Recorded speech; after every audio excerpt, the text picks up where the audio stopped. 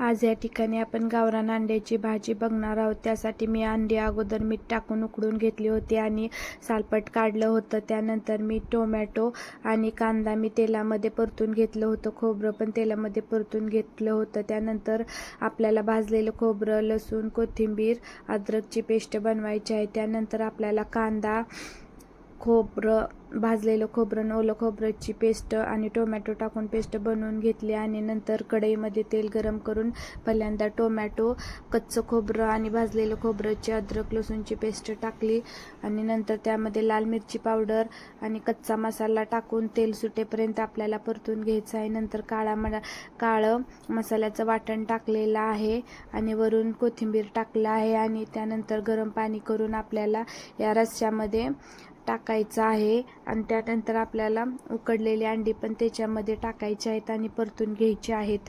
तेल सुटेपर्यंत कोमट केलेलं पाणी आपल्याला अंड्याच्या भाजीमध्ये टाकायचं आहे आणि चवीनुसार मीठ टाकायचं आहे आणि आपल्याला ही भाजी 15 ते 20 मिनिटं आपल्याला उकळून द्यायची आहे। त्यावेळेस आपली देशी गावरान अंड्याची झणझणीत आणि चमचमीत अशी रेसिपी बनवून तयार आहे। आमचा व्हिडिओ आवडल्यास आमच्या चॅनलला लाईक, शेअर आणि सबस्क्राईब जरूर करा। धन्यवाद। आणि ही रेसिपी तुम्ही पण घरच्या घरी अगदी कमी वेळात बनवा।